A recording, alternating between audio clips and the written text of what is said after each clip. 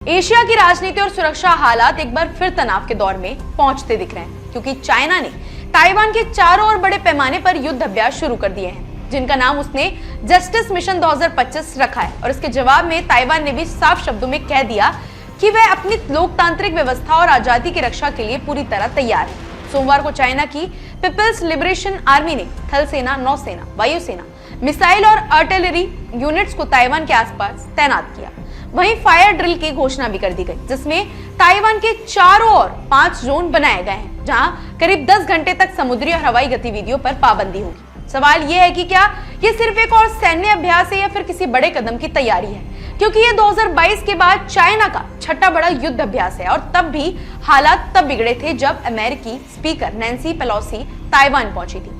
इस बार माहौल इसलिए भी ज्यादा गर्म है क्योंकि हाल ही में अमेरिका ने ताइवान को $1.1 अरब का अब तक का सबसे बड़ा हथियार पैकेज देने का ऐलान किया है, जिससे चाइना भड़क उठा है और उसने कड़े कदम उठाने की चेतावनी दी है। चाइना का कहना है कि यह अभ्यास ताइवान में अलगाववादी ताकतों और भारी दखल के लिए एक सख्त संदेश है, जबकि ताइवान इसे डराने की रणनीति बता रहा है। ताइवान के रक्षा मंत्रालय के मुताबिक पिछले 24 घंटों में 2 चीनी सैन्य विमान और 11 युद्धपोत ताइवान के आसपास सक्रिय रहे। कुछ तो जानबूझकर ताइवान के बेहद करीब यानी 24 नॉटिकल माइल्स की सीमा तक आ गए, जिससे हालात और गंभीर हो गए। इसी कारण ताइवान ने अपनी सेना को हाई अलर्ट पर रखा है और रैपिड रिस्पांस एक्सरसाइज शुरू कर दी है, ताकि अगर चाइना अचानक अभ्यास को हमले में बदल दे तो तुरंत जवाब दिया जा सके।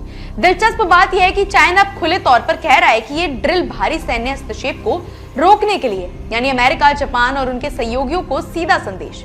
चाइना के सरकारी मीडिया ने तो यहां तक कह दिया कि अभ्यास का फोकस ताइवान के अहम बंदरगाहों उत्तर में किलुंग और दक्षिण में हुआसियोंग को सील करने पर है, जो किसी भी युद्ध की स्थिति में ताइवान की जीवन रेखा माने जाते हैं। सोशल और राजनीतिक स्तर पर भी चाइना ने आक्रामक रुख अपनाया है। पोस्टर जारी किए गए हैं जिनमें ताइवान पर निशाना साधते हथियार, चलते तीर और अलगाववादी दुश्मनों को कुचलने की बातें दिखाई गई, जिससे ये साफ है कि ये सिर्फ सैन्य नहीं बल्कि मनोवैज्ञानिक दबाव की भी कोशिश है। दूसरी ओर ताइवान की जनता में मिला जुला माहौल है। कुछ लोग इसे रोज की धमकी मानकर नजरअंदाज कर रहे हैं, तो कुछ इसे भविष्य के खतरे की घंटी मान रहे हैं। हालांकि शेयर बाजार पर इसका खास असर नहीं दिख रहा और बाजार रिकॉर्ड स्तर पर खुला।